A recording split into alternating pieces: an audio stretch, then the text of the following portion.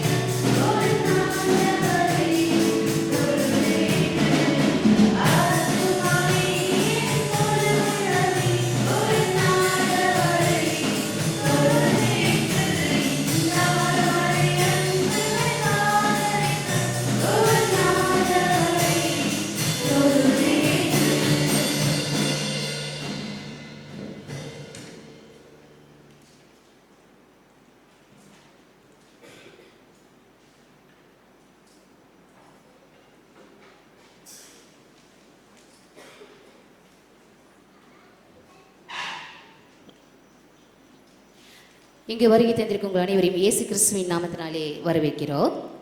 இன்று திருத்தவ திருவிழாவிற்கு வரும் 2வது ஞாயிறின் ஆரம்ப வசனம் வெளிப்படுத்தின விசேஷம் 4ஆம் அதிகாரம் 8ஆம் வசனம். 2ஆம் தூதன் எக்காலம் ஊதினான். அப்பொழுது அக்னியால் எரிகிற பெரிய மலை போன்ற ஒன்று சமுத்திரத்திலே போடப்பட்டது. அதனால் சமுத்திரத்தில் 1/3 பங்கு இரத்தமாயிற்று. ஆராதனை முறைமை அல்லது திரையில் காணும்படி இதை நாம் சேர்ந்து சொல்லுவோமாக. கர்த்தர் உங்களோடு இருப்பாராக. திரையில் காணும்படி இந்த ஜெபத்தை நாம் அனைவரும் சேர்ந்து வாசிப்போமாக.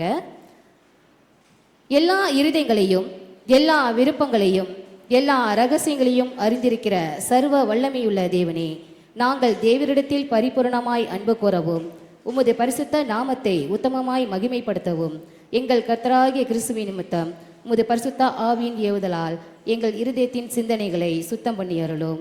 ஆமென். சுருக்க கட்டளை. நமது இரட்சகராகிய இயேசு கிறிஸ்து திருவுளம் பற்றி சொல்லிய வார்த்தைகளாவன: நம்முடைய தேவனாகிய கர்த்தர் ஒருவரே கர்த்தர். உன் தேவனாகிய கர்த்தரிடத்தில் உன் முழு இருதயத்தோடும் உன் முழு ஆத்துமாவோடும் உன் முழு மனதோடும் உன் முழு பலத்தோடும் அன்பு கூறுவாயாக என்பதே முதலாம் கற்பனை. இதற்கு ஒப்பாயிருக்கிற 2ஆம் கற்பனை என்னவென்றால், உன்னிடத்தில் நீ அன்பு கூறுவது போல பிறனிடத்திலும் அன்பு கூறுவாயாக என்பதே. இவைகளிலும் பெரிய கற்பனை வேறொன்றும் இல்லை என்றால். ஆமீன். ஆண்டவரே, எங்களுக்கு இறங்கும். இந்த வேளையில் உன்னத துதி பாடலை நாம் அனைவரும் சேர்ந்து பாடுவோமாக.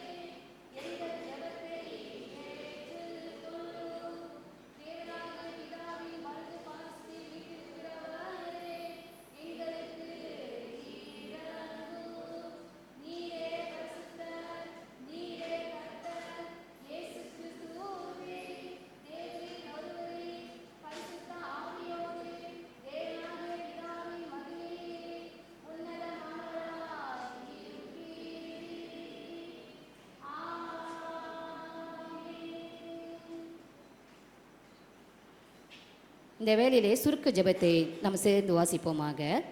கர்த்தாவே, அன்பு இல்லாமல் நாம் செய்யும் எந்த செயலும் பயனற்றது என்று எங்களுக்கு போதித்திருக்கிறீரே. உமது பரிசுத்த ஆவியை அனுப்பி சமாதானத்தின் பிணைப்பும் எல்லா நற்குணங்களின் ஆதாரமுமான அந்த மிக சிறந்த அன்பு என்னும் வரத்தை எங்கள் இருதயங்களில் ஊற்றிவிடும். எவர் இந்த அன்பிற்காக வாழ்கிறாரோ அவர் உமக்கு முன்பாக இறந்தவராகவே எண்ணப்படுகிறார். உமது ஒரே மகனாகிய இயேசு கிறிஸ்துவின் நிமித்தமாக இதை எங்களுக்கு அருள் புரியும். அவரே பரிசுத்த ஆவியின் ஒருமையில் உம்மோடு கூட வாழ்ந்து ஆட்சி செய்கிறார். அவர் ஒரே தேவனாகிய இப்போதும் எப்போதும் இருக்கிறார். சபையர் அமர்வும். இந்த வேளையிலே வேத பாடங்கள் வாசிக்கப்படும்.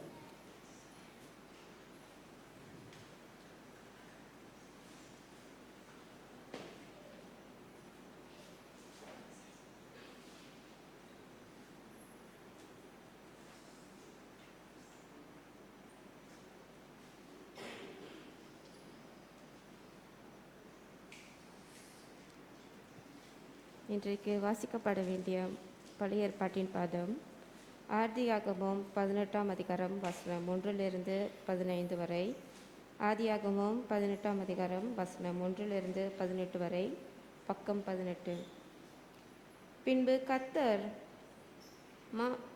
மாம்ரேயாவின் சமபூமியிலே அவனுக்கு தரிசனமானார். அவன் பகலின் உஷ்ட வேளையில் கூடார வாசலிலே உட்கார்ந்திருந்து தன் கண்களை ஏறெடுத்து பார்க்கும்போது, இதோ 3 புருஷர் அவனுக்கு எதிரே நின்றார்கள். அவர்களை கண்டவுடனே அவன் கூடார வாசலில் இருந்து அவர்களுக்கு எதிர்கொண்டு ஓடி தரை மட்டும் குனிந்து, ஆண்டவரே, உம்முடைய கண்களில் எனக்கு கிருபை கிடைத்ததானால் நீர் உமது அடியேனை விட்டு கடந்து போக வேண்டாம். கொஞ்சம் தண்ணீர் கொண்டு வரட்டும். உங்கள் கால்களை கழுவி மரத்தடியில் சாய்ந்து கொண்டிருங்கள். நீங்கள் உங்கள் இருதயங்களை திடப்படுத்தி கொஞ்சம் அப்பம் கொண்டு வருகிறேன். அப்புறம் நீங்கள் உங்கள் வழியிலே போகலாம். இதற்காகவே அடியேன் இடம் வரைக்கும் வந்தீர்கள் என்றான். அதற்கு அவர்கள், நீ சொன்னபடி செய் என்றார்கள். அப்பொழுது ஆபிரகாம் தீவிரமாய் கூடாரத்தில் சாராள் இடத்திற்கு போய், நீ சீக்கிரமாய் 3 படி மெல்லிய மாவு எடுத்து பிசைந்து அப்பம் சுடு என்றான். ஆபிரகாம் மாட்டு மந்தைக்கு ஓடி ஒரு நல்ல இளக்கன்றை பிடித்து வேலைக்காரன் கையிலே கொடுத்தான். அவன் அதை சீக்கிரத்தில் சமைத்தான். ஆபிரகாம் வெண்ணெயையும் பாலையும் சமைப்பித்த கன்றையும் எடுத்து வந்து அவர்களுக்கு முன்பாக வைத்து அவர்கள் அருகே மரத்தடியில் நின்று கொண்டிருந்தான். அவர்கள் புசித்தார்கள். அவர்கள் அவனை நோக்கி, உன் மனைவி சாராள் எங்கே என்றார்கள். அதோ கூடாரத்தில் இருக்கிறாள் என்றான். அப்பொழுது அவர், ஒரு உட்ப காலத்திட்டத்தில் நிச்சயமாய் உன்னிடத்திற்கு திரும்ப வருவேன். அப்பொழுது உன் மனைவியாகிய சாராளுக்கு ஒரு குமாரன் இருப்பான் என்றார். சாராள் அவர்களுக்கு பின்புறமாய் கூடார வாசலில் இதை கேட்டுக்கொண்டிருந்தாள். ஆபிரகாமும் சாராளும் வயது சென்று முதிர்ந்தவர்களாயிருந்தார்கள். ஸ்திரீகளுக்குள்ள வழிபாடு சாராளுக்கு நின்று போயிற்று. ஆகையால் சாராள் தன் உள்ளத்திலே நகைத்து, நான் கிழவியும் என் ஆண்டவன் முதிர்ந்த வயதுள்ளவனுமான பின்பு எனக்கு இன்பம் உண்டாயிருக்குமோ என்றாள். அப்பொழுது கர்த்தர் ஆபிரகாமை நோக்கி, சாராள் நகைத்து நான் கிழவியாயிருக்க பிள்ளை பெறுவது மெய்யோ என்று சொல்வானே? கர்த்தரால் ஆகாத காரியம் உண்டோ? உட்ப காலத்திட்டத்தில் உன்னிடத்திற்கு திரும்ப வருவேன். அப்பொழுது சாராளுக்கு ஒரு குமாரன் இருப்பான் என்றார். சாராள் பயந்து நான் நகைக்கவில்லை என்று மறுத்தாள். அதற்கு அவர், இல்லை, நீ நகைத்தாய் என்றார். இது கர்த்தருடைய வசனம்.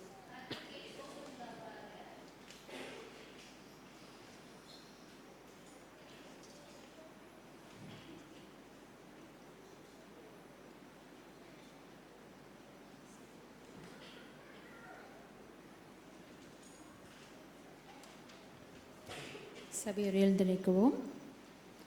இன்று வாசிக்க வேண்டிய சங்கீத பாடம் சங்கீதம் 116 வசனம் 9 தொடங்கி 17 வரை, பக்கம் 744. இன்று வாசிக்க வேண்டிய சங்கீத பாடம் சங்கீதம் 116 வசனம் 9 தொடங்கி 17 வரை, பக்கம் 794. நான் கர்த்தருக்கு முன்பாக ஜீவனுள்ளோர் தேசத்திலே நடப்பேன்.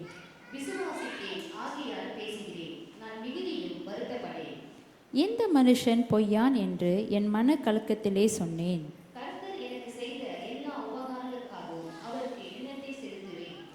இரட்சிப்பின் பாத்திரத்தை எடுத்துக்கொண்டு கர்த்தருடைய நாமத்தை தொழுது கொள்வேன்.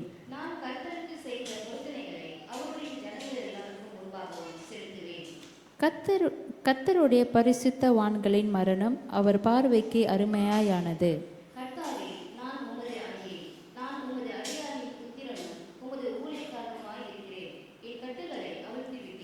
நான் உமக்கு சோஸ்திர பலியை செலுத்தி கர்த்தருடைய நாமத்தை தொழுது கொள்வேன்.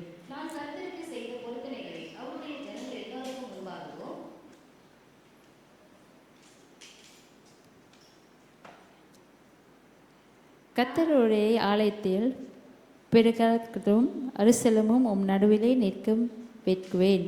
அல்லேலூயா. பிதா சுதன் பரிசுத்த ஆவிக்கே மகிமை உண்டாவதாக.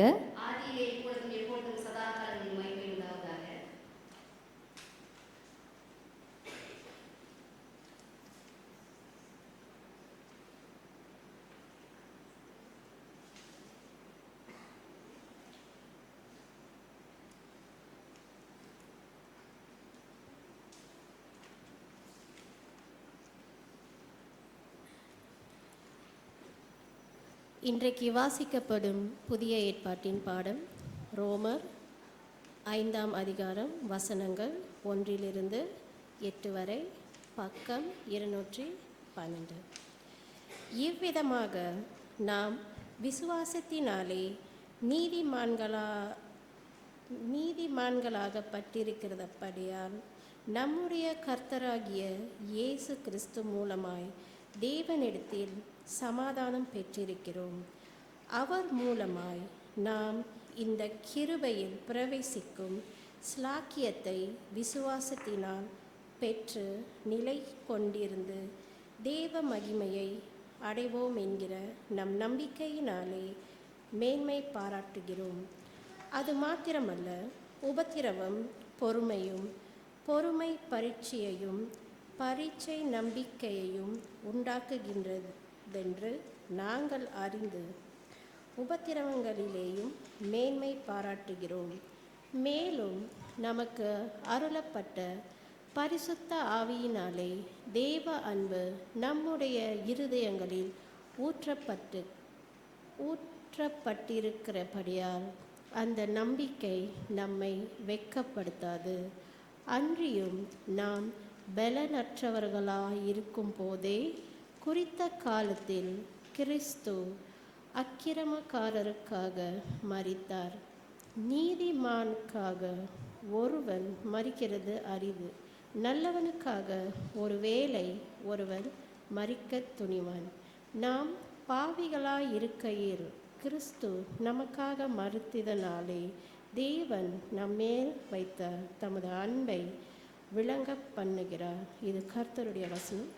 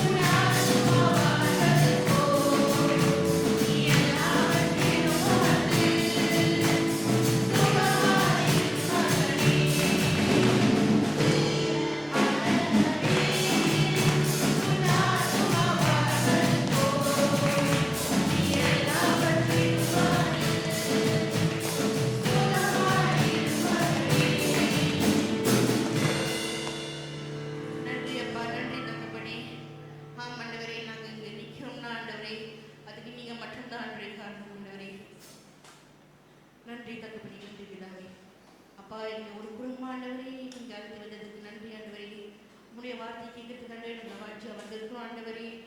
அப்பா எவரையும் நடத்துங்க ஆண்டவரே, வார்த்தை மூலியமா ஆண்டவரே எங்களோட பேசுங்க ஆண்டவரே. அப்பா நீங்க எங்க மேல எவ்வளவு அன்பு வச்சிருக்கீங்க ஆண்டவரே. அதே போல ஆண்டவரே உங்க மேல ஆண்டவரே நாங்கள் அன்பு செலுத்துறதுக்கு ஆண்டவரே எங்களுக்கு அந்த வாய்ப்பு கொடுங்க ஆண்டவரே. அதனால ஆண்டவரே இங்க நாங்கள் வந்திருக்கிறோம் ஆண்டவரே. உண்மை ஆராதனைக்கு வந்திருக்கிறோம் ஆண்டவரே. உங்களுக்கு நன்றி சொல்ல வந்திருக்கிறோம் ஆண்டவரே. வாழ்க்கை முழுக்க ஆண்டவரே ஒரு நாள் முழுதும் ஆண்டவரே உங்களை மறக்காத படிக்க ஆண்டவரே உங்களுக்கு நாங்கள் கடமைப்பட்டிருக்கிறோம் ஆண்டவரே. ஆண்டவரே நீங்க எங்கள் வாழ்க்கை செய்கிற ஒவ்வொரு நல்ல காரியங்களுக்கு ஆண்டவரே எந்த ஒரு கெட்ட காரியங்கள் அதை படிக்க எங்களை பாதுகாத்து கொண்டதுக்கு நன்றி ஆண்டவரே. அப்பா சில நேரத்தில் ஆண்டவரே நாங்கள் ஜெபிக்கும் போது ஆண்டவரே எங்கள் ஜெபங்கள் ஆண்டவரே இன்னும் கேட்கப்படல ஆண்டவரே. ஆண்டவரே இந்த நேரத்தில் ஆண்டவரே இந்த ஜெபங்கள் ஆண்டவரே என்ன தடங்கள் இருக்கும் ஆண்டவரே அதை உடைக்கும்படி ஆண்டவரே நீங்கள் அந்த உடைப்பு போடுங்க ஆண்டவரே. அதை ஜெபம் ஆண்டவரே உங்களிடம் சேரும்படி ஆண்டவரே அந்த ஜெபத்துக்கு ஆண்டவரே நீங்கள் வழி சொல்லுங்க ஆண்டவரே.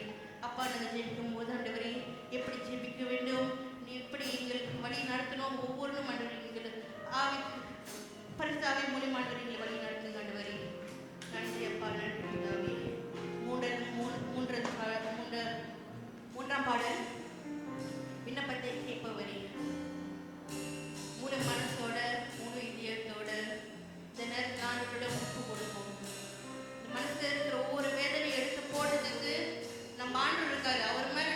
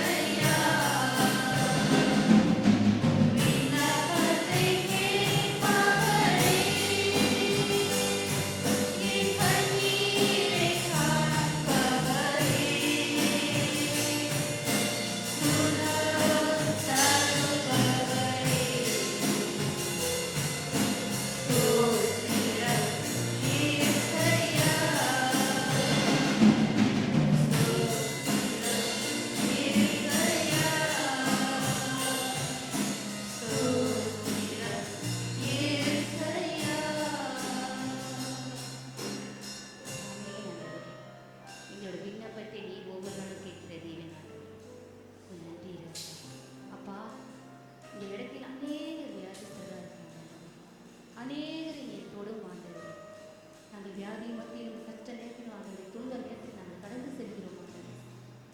நீர் ஒருவர் எங்களோடு இருப்பதனால் ஆண்டவரே, எங்களுக்கு எந்த துன்பமும் இல்லை, எந்த கஷ்டமும் இல்லை ஆண்டவரே. எங்கள் இந்த காரியம் வியாதிக்காக, எங்களுடைய நோய்களுக்காக நீர் கல்வாரி சிலுவையில் அடிக்கப்பட்டீர்கள். எங்களுடைய பாவங்களுக்காக அடிக்கப்பட்டீர்கள். நமக்கு நன்றி ஆண்டவரே, நன்றி. சித்தம் உண்டு சுத்தமாகி என்று நீ சொல்கிறீர்கள்.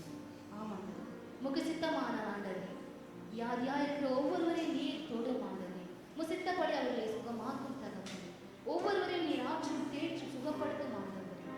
உங்கள் மத்தியில் ஆண்டவரே, இந்த இடத்துல கூட ஆண்டவரே உங்களோடு அசைவாடு இருக்கிறார் ஆண்டவரே. அவர் ஒவ்வொருவரையும் நீர் தொடும் ஆண்டவரே. ஒவ்வொருவோடு நீர் பேசும் தகவல் நீர் ஒவ்வொரு பிள்ளைகளையும் கைவிடாத தேவன் ஆண்டவரே. ஆமாம், அவரை நீ ஒருபோது விட்டு விலகுகிற தேவன். கர்த்தர் மேல் பாரத்தை வைத்து விடு, கலங்கி கவிக்காது என்று சொன்ன தகவல் உங்களுடைய நாமத்தினால் நாங்கள் எதை கேட்டால் நீர் எங்களுக்கு செய்வீர்கள். ஆம் ராஜா, தொடும் உங்களுடைய பிள்ளைகளை நீ தொடுமாண்டது ஒவ்வொரு நீ பேசும். நன்றி நன்றி. இயேசுவின் மாறாதை நீ நமக்கு நீ ஜெயிக்கிறோம். ஜீவனில் நிலைமையாக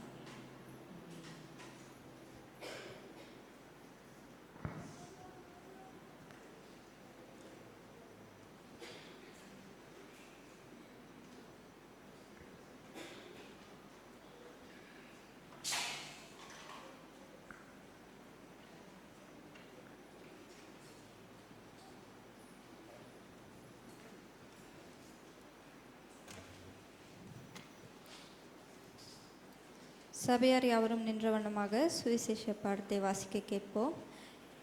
இன்று எடுத்துக்கொள்ளப்பட்ட சுவிசேஷ பாடம் மத்தேயு 9ஆம் அதிகாரம் வசனம் 35 தொடங்கி மத்தேயு 9வது அதிகாரம் வசனம் 35 தொடங்க. நம்முடைய இயேசு கிறிஸ்துவுக்கே மகிமை உண்டாவதாக.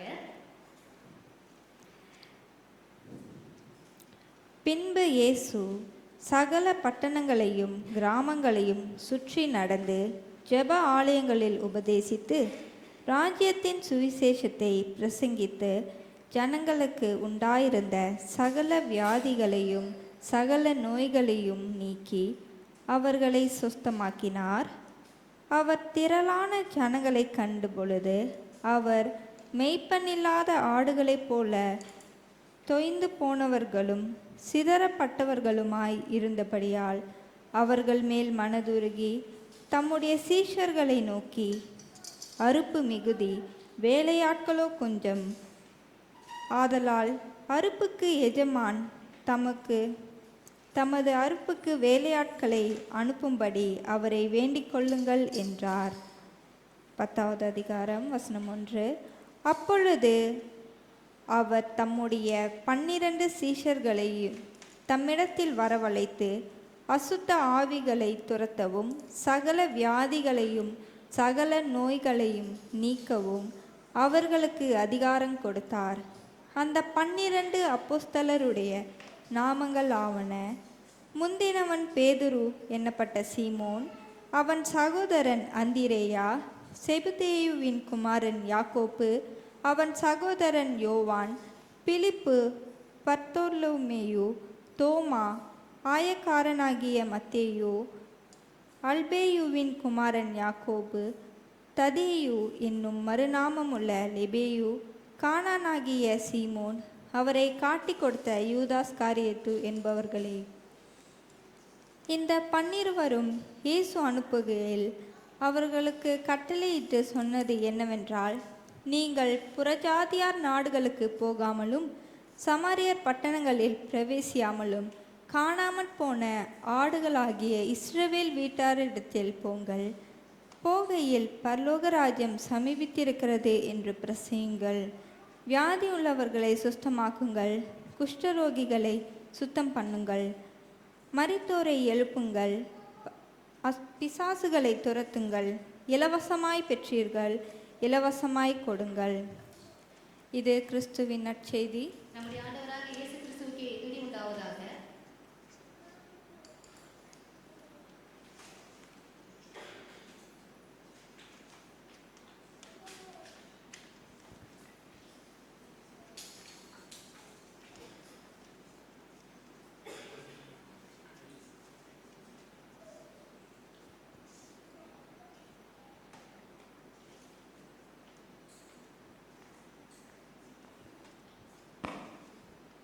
சபையார் அமர்வும்.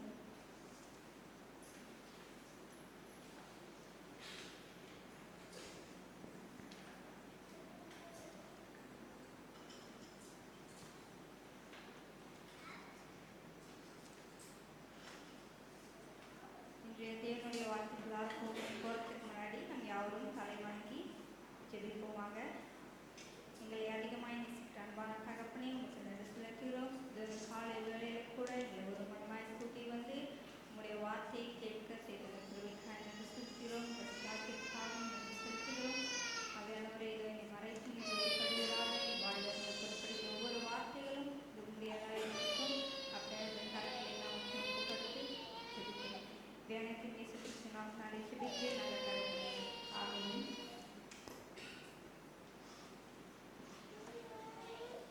கர்த்தருடைய நாமத்துக்கு ஸ்தோத்திரம். இன்னைக்கு ஆண்டவர் மத்தியில் சில வார்த்தைகளை கொண்டு வரும்படி என்னை அழைத்ததற்காக ஆண்டவருக்கு நன்றி செலுத்துகிறேன். முதல் தடவை நான் இந்த மாதிரி ஒரு சபையில் நீங்கள் பேசுனால கொஞ்சம் பதட்டமாக இருக்கு. அது யாரும் வருப்படுத்தாதீங்க. கர்த்தருடைய வார்த்தை நம்ம வந்து அவர் நம்மோடு என்ன பேசி வருகிறார் அப்படின்றத குறித்து பார்ப்போம்.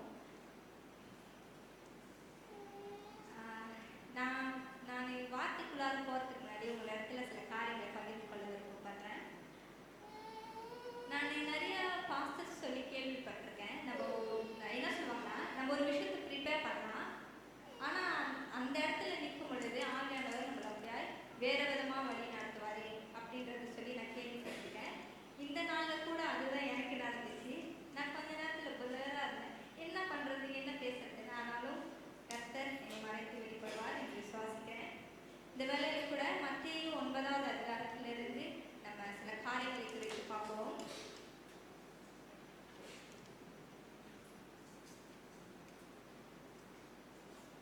நம்ம எல்லாத்துக்கும் இயேசுவை பற்றி நிறைய விஷயங்கள் தெரியும். அவர் நிறைய விஷயங்கள் பண்ணியிருக்காருன்னு தெரியும். உதாரணத்துக்கு சொல்லனா, அவர் வந்து குருடருடைய கண்களை திறந்திருக்காரு, செவிடருடைய செவிகளை திறந்திருக்காரு, குஷ்டரோகிகளை சுகமாக்கியிருக்காரு, வியாதிகளை சுகப்படுத்தியிருக்காரு. அப்புறம் இன்னொரு யாராலையுமே செய்யக்கூடாத ஒரு காரியம்னா வந்து மற்ற எந்த ஒரு தேவனாலையும் கடவுளாலையும் செய்யக்கூடாத ஒரு காரியம்னா மரித்தோரை மீண்டுமாய் அவர் உயிரோடு எழுப்பியிருக்கிற தேவனாக இருக்கிறாரு.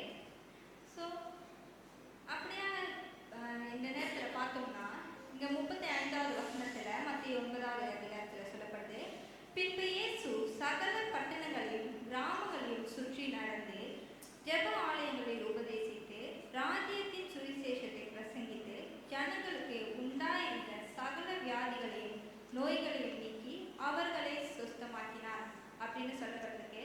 அதாவது இயேசு வந்து ஒரு இடத்துக்கு மட்டும் போல, ஒரு கிராமத்துக்கோ ஒரு முக்கியமான பட்டணத்துக்கோ மட்டும் போகாம அவர் சகல, அதாவது எல்லா பட்டணங்களுக்கும் போனார், எல்லா கிராமங்களுக்கும் போய் பிரவேசித்து அங்கே ஜெப ஆலயங்கள் இருந்தால் அங்கே போயிட்டு தேவனுடைய வார்த்தையை பகிர்ந்து கொண்டிருக்காரு, ராஜ்யத்தின் சுவிசேஷத்தை பகிர்ந்து கொண்டிருக்காரு.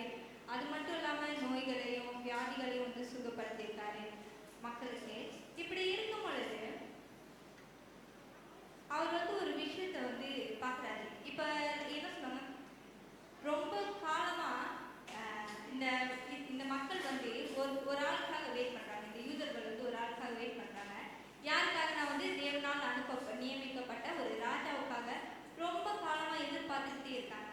அப்படி இருக்கும் பொழுது அவங்க என்ன சொன்னாங்க, ஏன்னா நம்ம புதிய ஏற்பாட்டை பார்க்கும் பொழுது இந்த யூதர்கள் இஸ்ரவேலர்கள்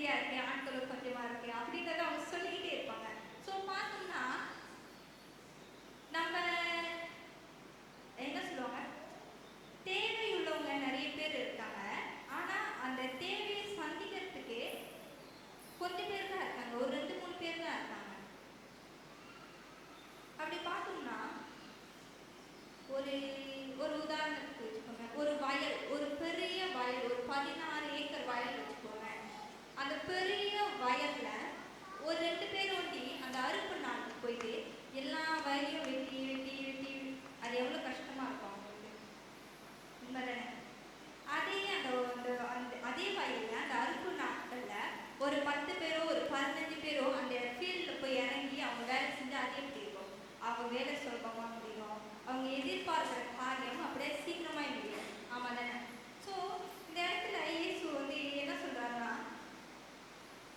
ஒரு விஷயம் இருக்கு, ஒரு ஒரு விஷயம் வந்து செய்யப்படணும், ஆனால் அதை செய்யறதுக்கான ஆட்கள் இல்லை, ஆட்கள் பத்த மாட்டாங்க அப்படின்றது வந்து இயேசு இந்த இடத்துல வந்து அவரோட சீடர்களுக்கு வந்து வெளிப்படுத்துறாரு.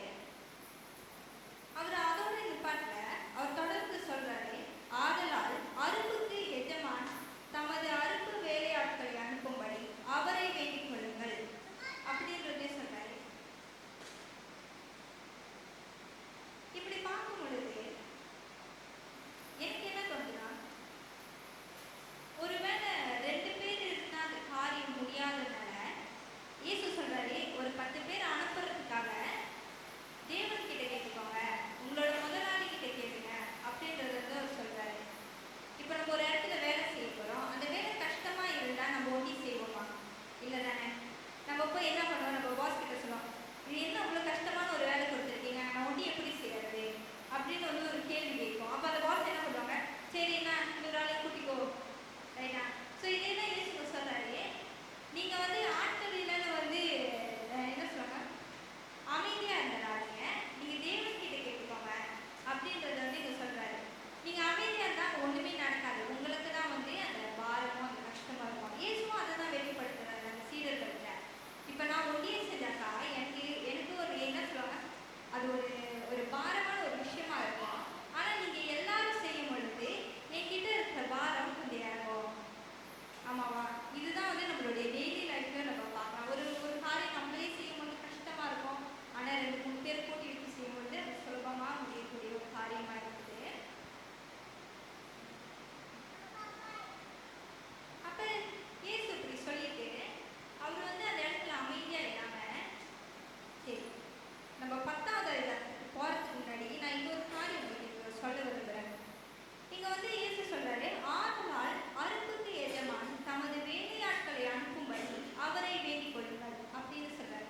நம்ம ஆழமா பார்த்தோம்னா வேலையாட்கள் அங்கதான் இருக்காங்க, ஆனா அந்த எஜமான் இன்னும் அனுப்பல.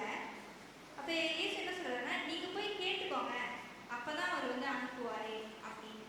இதை பார்க்கும் பொழுது எனக்கு இன்னொரு விஷயம் ஞாபகத்துக்கு வருது. என்னன்னா, நம்ம எல்லாருமே வந்து அழைக்கப்பட்டவர்கள், நம்ம எல்லாத்துக்கும் வந்து அழைப்பு இருக்கு. யார் வந்து இல்லை எனக்கு அழைப்புலாம் இல்லை அப்படின்னு சொல்லலாம், சொல்ல முடியாதுல்ல. ஸோ இயேசுவும் அதான் சொல்றாரு, யாரெல்லாம் என்னை தெரிந்து கொண்டாங்களோ நீங்க போயிட்டு மற்றவங்கள சீடராக்கி, அதாவது உங்களுக்கு அழைப்பு இருக்கு, நீங்க போங்க, நீங்க எல்லாத்துக்கிட்டையும் போயிட்டு என்னை பத்தி சொல்லுங்க, ராஜ்யத்தை பத்தி சொல்லுங்க, வரப்போற விஷயங்களை பத்தி சொல்லுங்க, தேவன் வரப்போறதை பத்தி சொல்லுங்க அப்படின்னு எல்லாத்தையும் சொல்றாரு. அப்படி இருக்கும் பொழுது நம்ம எல்லாத்துக்குமே அழைப்பு இருக்கு. அப்ப நம்ம தேவன்கிட்ட போய் வேண்டிக் கொள்ளணும். என்னன்னா, நீங்க என்ன அனுப்புங்க, உங்களுக்கு என்ன சித்தமோ என்னுடைய வாழ்க்கையில என்ன அனுப்புங்க. எல்லாருமே பாஸ்டர் ஆக முடியாது, ஆமாம், எல்லாருமே பாஸ்டர் ஆக முடியாது, எல்லாமே ஊழியக்காரர்களா இருக்குது. அப்ப எப்படி நீங்க சொல்றீங்க அழைக்கப்பட்டிருக்கோம் அப்படின்னா, இப்ப ஒரு ஆள் பாஸ்டர் ஆயிட்டாங்க, இப்ப நம்ம இன்னும் நிறைய பேர் இருக்கோம் தானே. ஒரு ஆள் பாட்டு பாடுறாங்க, இன்னும் நிறைய பேர் இருக்கோம். ஒரு ஆள் ட்ரம் அடிக்கிறாங்க, இன்னும் நிறைய பேர் இருக்கோம்.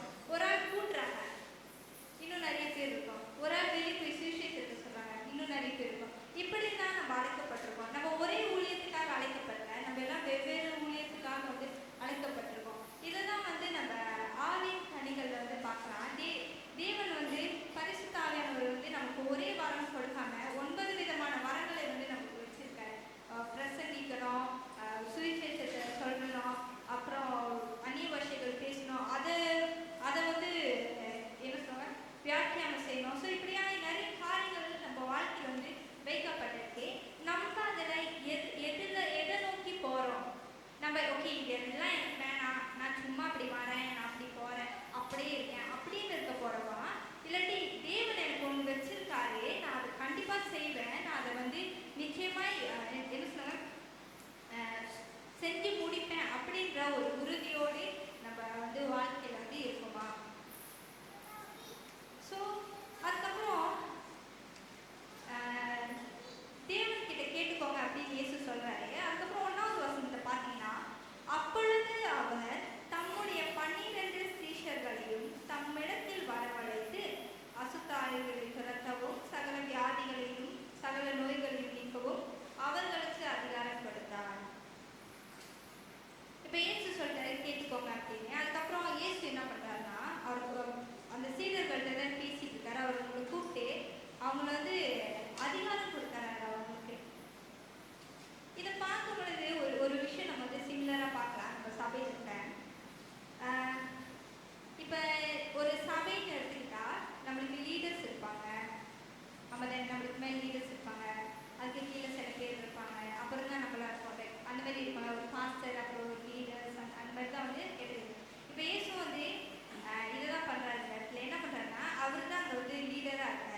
அவர் வந்து அவருக்கு கீழே இருக்கிறவங்களுக்கு அதிகாரம் கொடுக்குறாரு. சபையிலையும் அதிகாரம், லீடர்ஸ்க்கு வந்து சில சில அதிகாரங்கள் இருக்கிறது தானே. அதே மாதிரி இயேசு இந்த இடத்துல அவருடைய சீடர்களுக்கு வந்து அதிகாரம் கொடுக்குறாரு. சாதாரண அதிகாரம் கொடுக்கல, நீங்கள் இந்த முடிவு எடுங்க, நீங்கள் அந்த முடிவு எடுங்க அப்படின்னு அவர் அதிகாரம் கொடுக்கல. அவர் வந்து அவங்களுக்கு வந்து ஒரு வல்லமையை கொடுக்குறாரு. என்ன வல்லமைனா, அவங்க அசுத்தாவிகளை துரத்துறதுக்கு, சகல வியாதிகளின் நோய்களையும் நீக்கிறதுக்கு, இந்த மாதிரியான காரியங்களுக்கு அவங்களுக்கு வந்து அதிகாரம் கொடுக்குறாரு. இயேசு இந்த 12 பேருக்கு அதிகாரம் கொடுத்தது மாத்திரமல்ல, அதுக்கப்புறம் நம்ம அப்படியே பார்த்தோம்னா யார் யார் அப்படின்னு இருக்கும். அதுக்கப்புறம் வந்து 5வது வசனம் வரும் பொழுது, இந்த 12வரையும் இயேசு அனுப்புகையில் அவர்களுக்கு கட்டளையிட்டு சொன்னது என்னவென்றால், ஸோ இங்கே வந்து இயேசு அவங்களுக்கு அதிகாரம் ஒட்டி கொடுக்குறா. ஓகே, உங்களுக்கு இதெல்லாம் கிடைச்சிருச்சு, நீங்கள் இதை வச்சு இதெல்லாம் பண்ணுங்க அப்படின்னு சொல்லலை. சில காரியங்களையும் அந்த இடத்துல வந்து இயேசு வெளிப்படுத்துகிறார். என்னன்னு பார்த்தோம்னா, நீங்கள் புறஜாதியார் நாடுகளுக்கு போகாமலும் சமரியர் பட்டணங்களில் பிரவேசியாமலும் காணாமல் போன ஆடுகளாகிய இஸ்ரவேல் வீட்டாரிடத்திற்கு போங்கள் அப்படின்றத வந்து இயேசு சொல்றாரு. நான் இதை படிக்கும் பொழுது எனக்கு ஒரு ஃபுல்லாக ஒரு கேள்வி என்னன்னா, இன்னொரு அதிகாரத்தில் பார்த்தோம்னா இயேசு சொல்வாரு, அதாவது இயேசு உயிர்த்தெழுந்ததுக்கு அப்புறம் அவரோட சீடர்கள் சொல்வாரு, நான் உங்களுக்கு சொன்னலை அந்த மாதிரி வெயிட் பண்ணுங்க, தேவன் வந்து அவர் வாக்கு பண்ணதை வந்து உங்களுக்கு கொடுப்பாரு, அப்போ நீங்கள் புறஜாதியார் இடத்துக்கும் சமாரியாவுக்கும் உலகம் முழுவதும் போய் பிரசங்கிப்பீங்க அப்படின்னு வந்து ஒரு விஷயத்தை வந்து அவர் சொல்வார். அப்போ நான் இதை படிக்கும் பொழுது யோசித்தேன், அப்போ ஏன் இயேசு இந்த இடத்துல மற்ற இடத்துக்குலாம் போகாதீங்க, புறஜாதியார் இடத்துக்கு போகாதீங்க, சமாரியாவுக்கு போகாதீங்க, காணாமல் போன ஆடுகளாகிய இஸ்ரவேல் வீட்டார் இடத்துக்கு போங்க அப்படின்னு சொன்னாருன்றதை நான் கொஞ்ச நேரம் யோசித்தேன். அப்புறம் தான் எனக்கு ஒரு விஷயம் தோணுச்சு. என்னன்னா, நம்ம மத்தியிலே நிறைய பேர் இருப்பாங்க, அவங்களுக்கு ஒன்றுமே தெரியாது, அவங்க ஒரு குழந்தை மாதிரி இருப்பாங்க. அப்படி இருக்கும் பொழுது, ஒரு ஆள் அறியாமல் இருக்கும் பொழுது இயேசு அவங்க இடத்துக்கு தான் முதல் அனுப்புறாரு. அந்த ஜனங்கள் இடத்துல தான் வந்து முதல் அனுப்புறாரு, அதாவது அவருடைய ஜனங்கள். ஆமா தானே? இப்படி பார்த்தோம்னா நம்மளை சுற்றி இப்போ நம்ம என்ன சொல்லணும், இப்போ நான் இருக்கேன்னா என்னை சுற்றி என்னுடைய குடும்பம் இருக்காங்க, என்னோட சொந்தக்காரங்க இருக்காங்க. அப்படி இருக்கும் பொழுது நம்ம எல்லாரும் வீட்லையும் அது இருக்குன்னு சொந்தக்காரங்க இருப்பாங்க, குடும்பம் இருக்கும், அப்புறம் அப்படியே போயிட்டே இருக்கோம். அவ்வளோ பெரிய குடும்பமாக இருக்கும் நம்ம.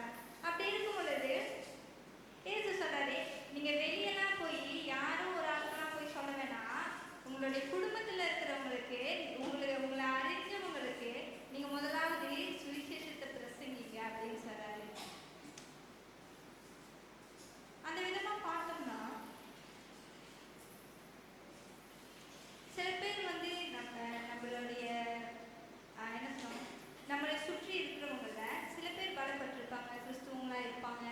ஆனால் சில பேர் இன்னும் என்ன சொல்லணும், பலப்படாமல் கொஞ்சம் வீக்காகவே இருப்பாங்க, சோர்வு போயிருப்பாங்க. அப்படி இருக்கும் பொழுது அவங்க இடத்துல நம்ம தேவனுடைய காரியங்களை கொண்டு போய் வைக்கிறோமா, தேவன் யார் என்பதை பிரசங்கிக்கிறோமா? ஸோ இதை பற்றி நம்ம யோசித்து பார்ப்போம். ஈவன் நானுமே வந்து கண்டிப்பாக இதை பற்றி யோசித்து பார்ப்பேன். நான் தேவனுக்குள்ளார இப்படி இருக்கேன், நான் வந்து அறிஞ்சிருக்கேன், நான் வந்து வரப்போகிற நாட்களை பற்றி அறிஞ்சிருக்கிறேன், ராஜ்யத்தின் சுவிசேஷத்தை அறிஞ்சிருக்கிறேன். ஆனால் என்னை சுற்றி இருக்கிறவங்க, என்னுடைய குடும்பத்திலேயோ என்னுடைய சபையிலோ எல்லாரும் இதை வந்து ஒரு என்ன சொல்ல, ஒரு சேஃப்டியாக வச்சுருக்காங்களா, இவங்களுக்கு இதெல்லாம் தெரிஞ்சிருக்கா? அப்படி இருக்கும் பொழுது எனக்கு தெரியாது, நான் எப்படி அவங்களை இன்னும் தெரிஞ்சுக்க முடியும்? நான் போய் அவங்கள்ட்ட பேசணும். போய் பேசினாதான் வந்து நம்மளுக்கு நிறைய காரியம் தெரியும். இப்போ நம்ம போய் ஒரு ஆள்கிட்ட வந்து கேட்குறோம், எப்படி இருக்கீங்க ஆண்டி, நல்லா இருக்கீங்களா, சாப்பிட்டீங்களா அப்படி கேட்டால் தான் அவங்க வந்து சொல்லுவாங்க, இல்லை நான் இன்னும் சாப்பிடல, எனக்கு உடம்பு சரியில்லை அப்படின்னு அவங்க சொல்லுவாங்க. அப்படி நம்ம தூரத்துலேருந்து பார்த்துட்டு உங்களுக்கு என்னமோ பிரச்சனை குழந்தை அப்படின்னு சொல்லி போயிட்டா நம்மளுக்கு தெரியாது அவங்க என்ன மாதிரியான ஒரு சூழ்நிலையில் இருக்காங்க அப்படி. ஸோ நம்ம வந்து பேசணும்.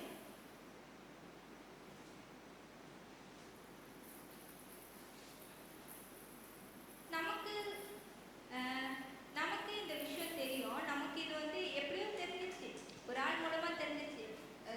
என்ன சொல்ல, நம்ம காசு கொடுத்து அதை வாங்கலை, நம்மளுக்கு அப்படியே தெரிஞ்சிச்சு ஒரு விஷயம். இதை போய் நம்ம எப்படி காசு கொடுக்காம எப்படி வந்து நம்ம மற்றவங்கள்ட்ட வந்து போய் சொல்ல போகிறோம்?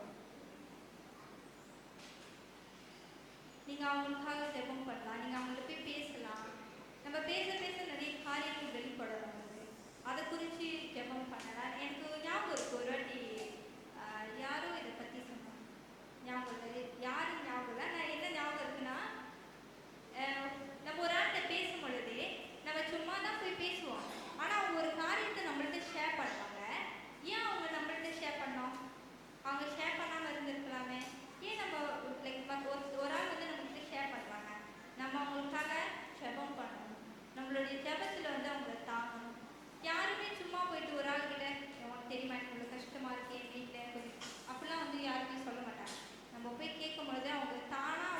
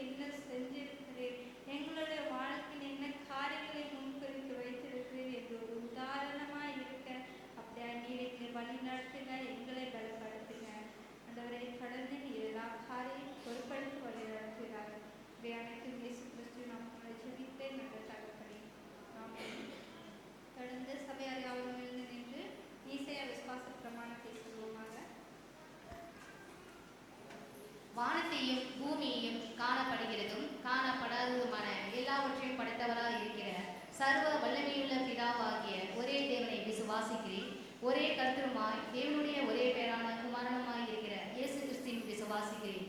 அவர் சகல உலகங்களும் உண்டாவதற்கு முன்னே தமது பிதாவினாலே ஜெனிப்பிக்கப்பட்டவர், தெய்வத்தில் தெய்வமானவர், ஜோதியில் ஜோதியானவர், மெய் தேவனில் மெய் தேவனானவர், உண்டாக்கப்படாமல் ஜெனிப்பிக்கப்பட்டவர், பிதாவோடே ஒரே தன்மை உடையவர், சகலத்தையும் உண்டாக்கினவர், மனிதராகிய நமக்காகவும் நமக்கு ரட்சிப்பு உண்டாகவும் பரமண்டலத்திலிருந்து இறங்கி பரிசுத்த ஆவியினாலே கன்னி மரியாதைக்கு அவதரித்து மனிதனானார்.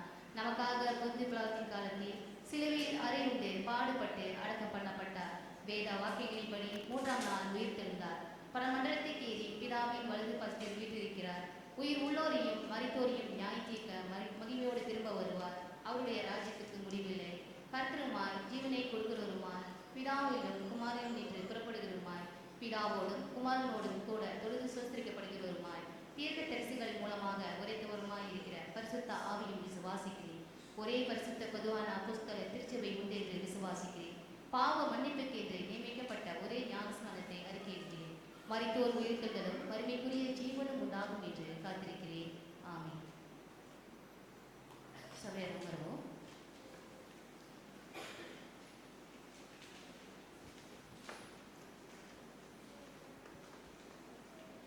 இன்னைக்குள்ள அமைப்பு பார்த்தீங்கன்னா உங்களோட புல்கின் நீங்கள் பார்க்கலாம். பின்னாடி பேஜ் இருப்பாங்க. Saint Mark's youth fellowship fund raising breakfast day 6ஆம் மாதம் 28ஆம் தேதி. ஸோ கொஞ்சம் வெள்ளையாக வாங்க, அவங்களுக்கோட பிரேக்ஃபாஸ்ட் ஃபண்ட் ரைசிங் சப்போர்ட் பண்ணுங்க. Okay, thank you.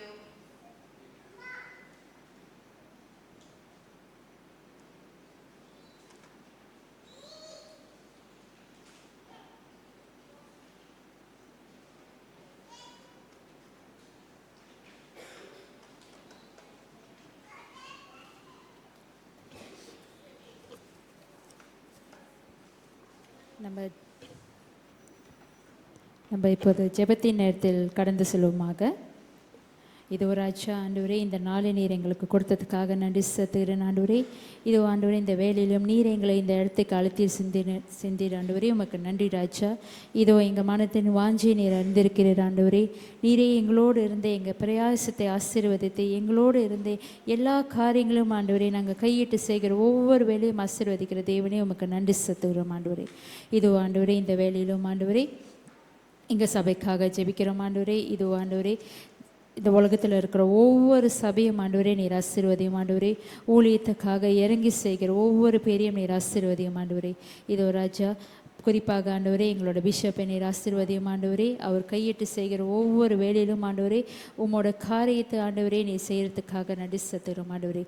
எங்கள் சபையின் ஊழியர் ஆண்டவரே ரெவரன் எவேனும் ராஜா, ரெவரன் திமத்தி சாங், ரெவரன் வின்சன் அப்பாடுவரையும் நீர் ஆசீர்வதியும் ஆண்டவரே. அவங்களோட தேவைகளை நீர் சந்தியும் ஆண்டவரே. அவங்களோட குடும்பத்தையும் நீர் காத்துக்கொள்ளும் ராஜா. இதோ ஆண்டவரே, ஊழியம் செய்கிற ஒவ்வொரு லேடீடரும் கருத்தில் ஒப்படைக்கிறோம் ஆண்டவரே. செல் குரூப்பின் தலைவர்களையும் கருத்தில் ஒப்படைக்கிறோம் ஆண்டவரே. மியூசிக் மினிஸ்ட்ரியும் கருத்தில் ஒப்படைக்கிறோம் ஆண்டவரே. எல்லா ஊழியங்களையும் எடுத்து செய்கிற ஒவ்வொரு பேரையும் ஆண்டவரே நீர் அறிந்திருக்கிறீர் ஆண்டவரே. அவங்க மன வாஞ்சியை நீர் அறிந்திருக்கிறீர் ஆண்டவரே. அவை கையின் பிரயாசத்தை நீர் அறிந்திருக்கிறீர் ஆண்டவரே. எல்லாத்தையும் நீரே ஆசீர்வதித்து வழிநடத்தும் ராஜா. அது அடுத்ததாக ஆண்டவரே, சபையில் உள்ள நாங்கள் எங்கள் தேசத்துக்காக ஜெபிக்கிறோம் ஆண்டவரே. தேசத்தின் ஒவ்வொரு அதிகாரத்தில் உள்ள பர்சனுக்காக நாங்கள் ஜெபிக்கிறோம் ஆண்டவரே. எங்களோட யங் டிபர்த்துவானாகும், எங்களோட பிரைம் மினிஸ்டர் ஆண்டவரே, எங்களோட கேபினெட் மெம்பர்ஸ் ஆண்டவரே, ஒவ்வொரு பேர்த்தையும் ஆண்டவரே ஞானத்தை அறிக்கை எடுக்கிறோம் ஆண்டவரே. எப்படி எங்கள் நாட்டை நடத்தி செல்லணும் என்று ஆண்டவரே அவங்களுக்கு ஞானத்தை நீங்கள் தாங்க ஆண்டவரே. அவங்க கையிட்டு செய்கிற ஒவ்வொரு வேலையிலும் ஆண்டவரே தயவை பேசுகிறோம் ஆண்டவரே, கருணையை பேசுகிறோம் ஆண்டவரே, தேவ வார்த்தையை பேசுகிறோம் ஆண்டவரே. நீர் அவங்களோடு இருந்து எங்கள் தேசத்தை எப்படி நடத்தி செல்லணும் என்று ஆண்டவரே அவங்களுக்கு ஞானத்தை தாங்க ராஜா. இதோ ஆண்டவரே, அடுத்ததாக ஆண்டவரே எங்கள் உலகத்துக்கு பேசுகிறோம் ஆண்டவரே. சமாதானத்தை அறிக்கையிடும் ஆண்டவரே. உலகத்தில் உள்ள ஒவ்வொரு இடத்துலையும் ஆண்டவரே, போர் நடக்கிற ஒவ்வொரு இடத்துலையும் ஆண்டவரே சமாதானத்தின் ஆவியை பேசுகிறோம் ஆண்டவரே. நீங்கள் ஆண்டவரே சமாதானத்தின் தேவன் ஆண்டவரே. ஒவ்வொரு இடத்துலையும் ஆண்டவரே தேவ சமாதானத்தை பேசுகிறோம் ஆண்டவரே. தேவ ஆவி இதோ ராஜா அங்கே ஈடுபட்டு ஆண்டவரே சமாதானத்தை பேசுகிறோம் ஆண்டவரே. இதோ வறுமையில் இருக்கிற ஒவ்வொருத்துக்கும் ஆண்டவரே அவங்களோட தேவைகளின் சந்தியம் ஆண்டவரே. எங்கே வறுமை இருக்கிறதோ ஆண்டவரே அங்கே வறுமை இல்லாத படிக்க ஆண்டவரே நீர் ஆண்டவரே தேவைகளை சந்திக்க போகிறதுக்காக நடி செலுத்துகிறோம் ராஜா. அடுத்ததாக ஆண்டவரே இந்த மாதம் ஆண்டவரே இந்த வீக் ஆண்டவரே பர்த்டே செலிப்ரேட் பண்ணுற ஒவ்வொருத்தோடு நீங்கள் இருக்கிறதுக்காக நன்றி செலுத்துகிறோம் ஆண்டவரே. ஒரு வயதை நீரை அவங்களுக்கு கூட்டி கொடுத்த ஆண்டவரே, பிளஸ்ஸிங்காக நீரை அவங்களை வழி நடத்துறதுக்காக நன்றி ராஜனே.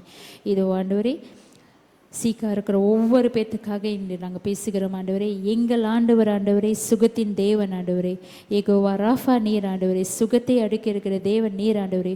உம்மோட தலைமையினால் நாங்கள் சுகமானோம் என்று சொன்ன தேவனே, இதோ ராஜா இந்த நேரத்தையும் ஆண்டவரே உச்சம் தலையில இந்த உள்ளங்கால் வரைக்கும் ஆண்டவரே ஒவ்வொரு பேத்துக்கும் நாங்கள் சுகத்தை பேசுகிறோம் ஆண்டவரே. இதோ ஆண்டவரே நீர் எங்களுக்கு சுகத்தை அடுக்கி இருக்கிற தேவன் ஆண்டவரே. கடுகளவில் ஆண்டவரே எங்களுக்கு விசுவாசத்தம் இருந்தாலும் ஆண்டவரே சுகத்தை நாங்கள் பெற்றுக்கொள்கிறோம் ஆண்டவரே. உச்சம் தலையிலேருந்து உள்ளங்காறு வரைக்கும் ஆண்டவரே கிறிஸ்துவின் ரத்தம் ஆண்டவரே ஒவ்வொரு வியாதிஸ்தர் மேலேயும் ஆண்டவரே இந்த நேரத்திலும் பாய்வதாக ஆண்டவரே. பேராக நீர் அறிந்திருக்கிறான் ஆண்டவரே. எங்கள் சபையில் யார் ஆண்டவரே மனதால் பாதிக்கப்பட்டிருக்கிறார், உடலால் பாதிக்கப்பட்டிருக்கிறார் என்று ஆண்டவரே நீர் அறிந்திருக்கிறார் ஆண்டவரே. பேராக ஆண்டவரே சுகத்தின் நாவி இந்த நேரத்திலும் நீர் கட்டளையிடறதுக்காக நன்றி செலுத்துகிறேன் ஆண்டவரே. எல்லாத்தையும் ஆண்டவரே உம் கரத்தில் ஒப்படைத்து இயேசுவின் நாமத்தை ஜெபிக்கிறேன் நல்ல பிதாவே, ஆமென்.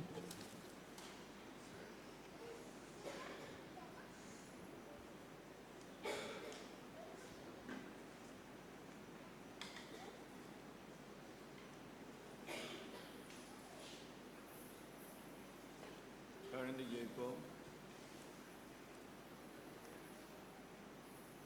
நம்முடைய பாவங்களிலிருந்து நம்மை ரட்சிக்கவும், பரலோகத்தில் பரிந்து பேசவும், நமக்கு நித்திய ஜீவனை அளிக்கவும் கடவுள் தமது ஒரே பேரன குமரனாக இயேசு கிறிஸ்துவை தந்து இவ்வளவாய் உலகில் அன்பு கூர்ந்தார்.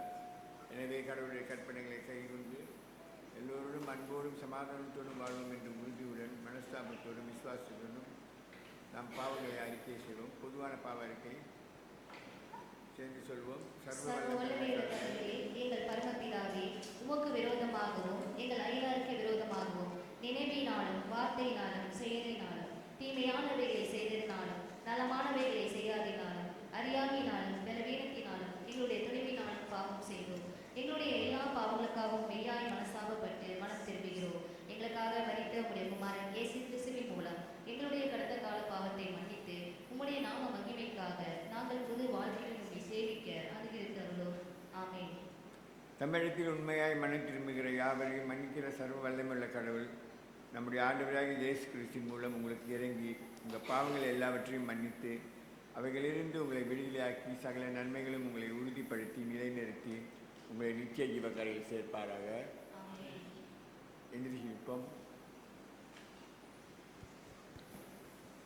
நாம் கிறிஸ்துவின் சரீரமாக இருக்கிறோம். நம் எல்லோரும் ஒரே ஆவியினால் ஒரே சரீரத்திற்குள்ளாக ஞானஸ்தானம் பெற்றிருக்கிறோம். ஆகவே சமாதானத்தை உண்டு பண்ணுவதையும் பொதுவான வாழ்க்கையை ஒன்று கட்டுவதையும் பின்பற்றுவோம். ஆண்டவருடைய சமாதானம் உங்களோடு இருப்பதாக. சமாதானத்தை பகிர்ந்து கொள்ளுங்கள்.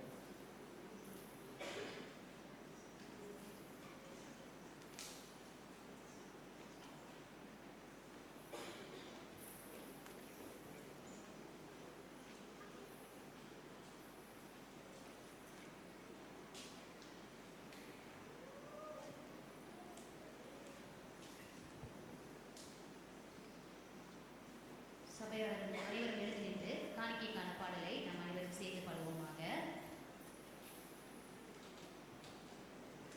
தேவன் கிருபை என்றும் உள்ளது, அவர் கிருபை என்றும் உள்ளது, அவரை போற்றி துதித்து பாடி அல்லேலூயா என்று ஆர்ப்பரிப்போம்.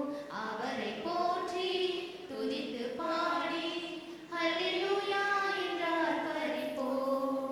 நெருக்கப்பட்டும் மடிந்திடாமல் கர்த்தர் நம்மை காத்ததாலே அவர் நல்லவர்.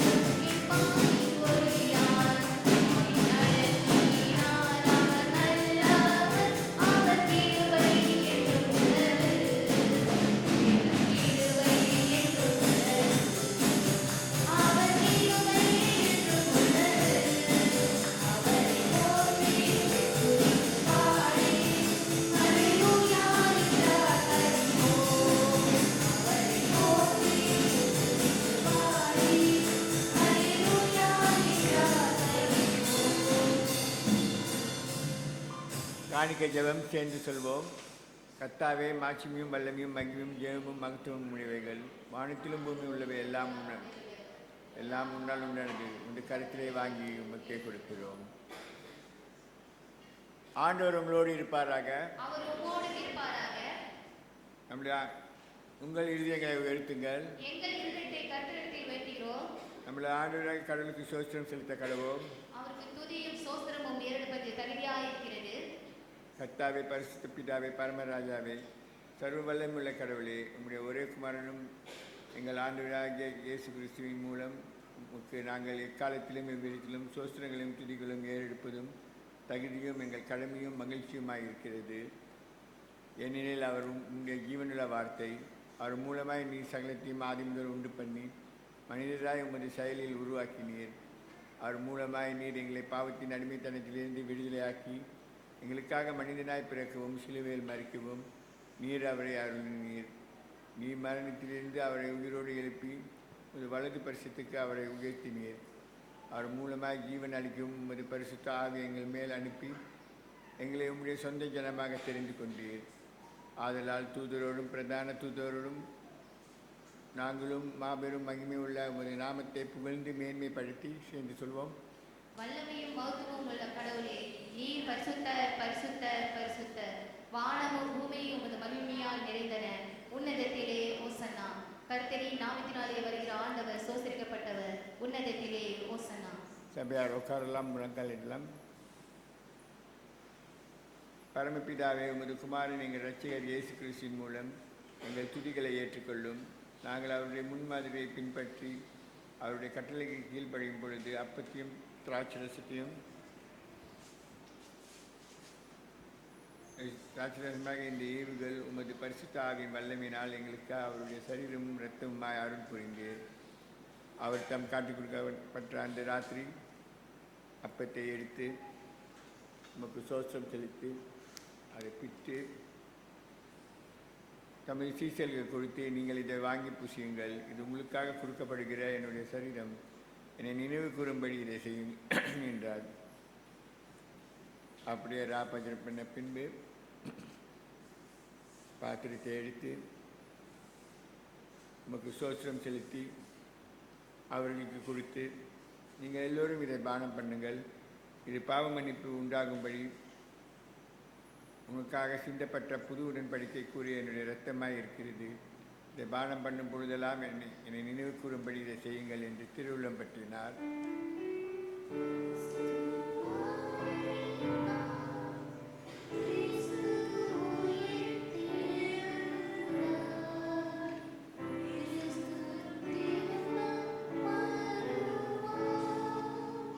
ஆதலால் பரமபிதாவே, அவர் சிலுவையில் ஒரே தரம் தம்மை தாமே ஏக பலியாக ஒப்பு கொடுத்ததை நினைவு கூறுகிறோம். அவருடைய மகத்துவமான உயிர்த்தெழுந்ததை மகிமையான பரமத்திலும் பிரஸ்தாபிக்கிறோம். அவர் மகிமையோடு வருவதை எதிர்பார்த்து இந்த அப்பத்தையும் திராட்சரசத்தையும் அவருடைய ஒரே பூர்ண பலியாக கொண்டாடுகிறோம். சேர்ந்து சொல்வோம். இந்த எங்கள் துதி சோத்திர பலிகளை எங்கள் பெரிய பிரதான ஆசிரியராக அவர் மூலம் ஏற்றுக்கொள்ளும். இந்த பரிசுத்த ஈவுகளை உமது மகிமையான தெய்வீக பிரசனத்தில் புசித்து பானம் பண்ணுவதால் உமது ஆவியால் எங்களை புரிவியும் உமது அன்பால் எங்களை ஏவி இருக்கும்.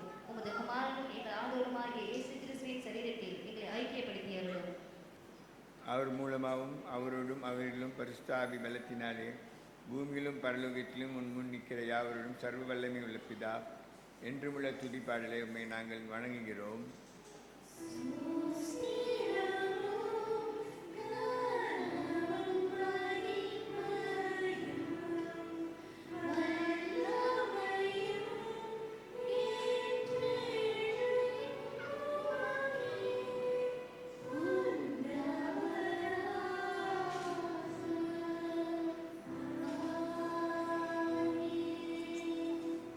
நமது ரட்சிகர் கற்பித்தபடி நாம் கூறுவது: பரமண்டலத்தில் இருக்கிற எங்கள் பிதாவே, உம்முடைய நாமம் பரிசுத்தப்படுவதாக, உம்முடைய ராஜ்யம் வருவதாக, உம்முடைய சித்தம் பரமண்டலத்திலே செய்யப்படுகிறது போல பூமியிலேயும் செய்யப்படுவதாக.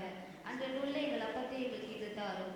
எங்களுக்கு விரோதமாய் குற்றம் செய்தவர்களுக்கு நாங்கள் மன்னிக்கிறது போல எங்கள் குற்றங்களை எங்களுக்கு மன்னியும். எங்களை சோதனைக்குள் பிரவேசிக்க பண்ணாமல் தீமை நீட்டு எங்களை ரட்சித்துக் கொள்ளும். ராஜ்யமும் வல்லமையும் மகிமையும் என்றென்றைக்கு உம்முடையவைகளே. ஆமென். நாம் கிறிஸ்துவின் சரீரத்தை பங்கு பெற இந்த அப்பத்தை பிக்கிறோம். ஒரே அப்பத்தை புசிப்பதனால் அநேகரான நாம் ஒரே சரீரமாய் இருக்கிறோம். லோகத்தின் பாவத்தை சுமந்து தீர்க்கிற தேவ ஆட்டுக்குட்டியே எங்களுக்கு இறங்கும். லோகத்தின் பாவத்தை சுமந்து தீர்க்கிற தேவ ஆட்டுக்குட்டியே எங்களுக்கு இறங்கும். லோகத்தின் பாவத்தை சுமந்து தீர்க்கிற தேவ ஆட்டுக்குட்டியே சமாதானத்தார். 34வது ஜெபம். இரக்கமுள்ள கர்த்தாவே, எங்கள் சுயநீதியை நம்பி நாங்கள் உம்முடைய பந்தியில் சேர துணியாமல் தேவனுடைய அளவற்ற இரக்கத்தையே நம்பி செய்கிறோம். உம்முடைய மெய்சின் கீழ் துணிக்கொள்ள நாங்கள் பார்க்கிறோமல்ல. ஆனாலும் தேவரே, எப்பொழுதும் இரக்கம் செய்ய லட்சணமாக மாறாத ஆண்டவராக இருக்கிறீர். ஆகையால் கிருபையுள்ள கர்த்தாவே, உமது அருமையான குமாரன் இயேசு கிறிஸ்துவின் விலைமறியாத சரீரத்தாலும் இரத்தத்தாலும் எங்கள் பாவமுள்ள சரீரமும் ஆத்மாவும் சுத்தமாகி எப்பொழுதும் நாங்கள் அவருக்குள்ளும் அவர் எங்களுக்குள்ளும் வாசமாய் இருப்பதற்கு ஏற்ற விதமாய் அவருடைய சரீரத்தை புசித்து அவருடைய இரத்தத்தை பானம் பண்ண எங்களுக்கு கிருபை செய்தருளும். ஆமென். விசுவாசத்தோடு கிட்ட சேருங்கள். உனக்காக கொடுக்கப்பட்ட நம்முடைய கர்த்தராகிய இயேசு கிறிஸ்துவின் சரீரத்தையும் உனக்காக சிந்தப்பட்ட அவருடைய இரத்தத்தையும் பெற்றுக்கொள்வாயாக. உனக்காக அவர் மரித்தார் என்பதை நினைவு கூர்ந்து விசுவாசத்தோடும் நன்றி அழுதோடும் உன் இருதயத்தில் அவரை ஆங்காரமாக உட்கொள்வாயாக. தேவ பந்திக்கு எல்லாருக்கும் அழைப்பு உண்டு.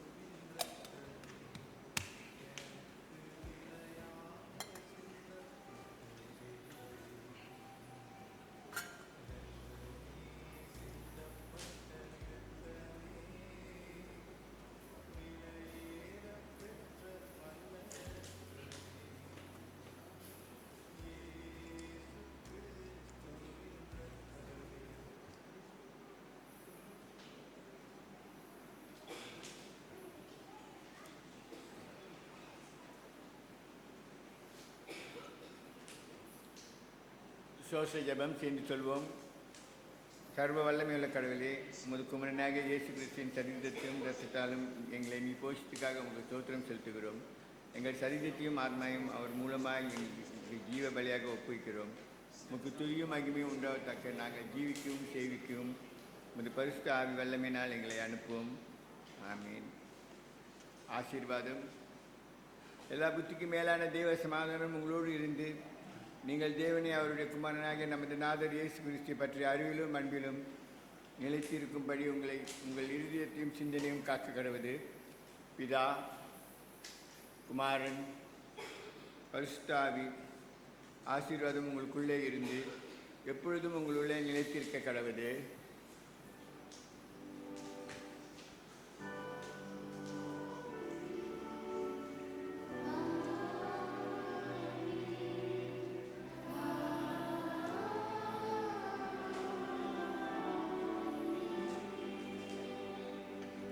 சமாதானத்தை போய் ஆண்டு செய்யுங்கள்.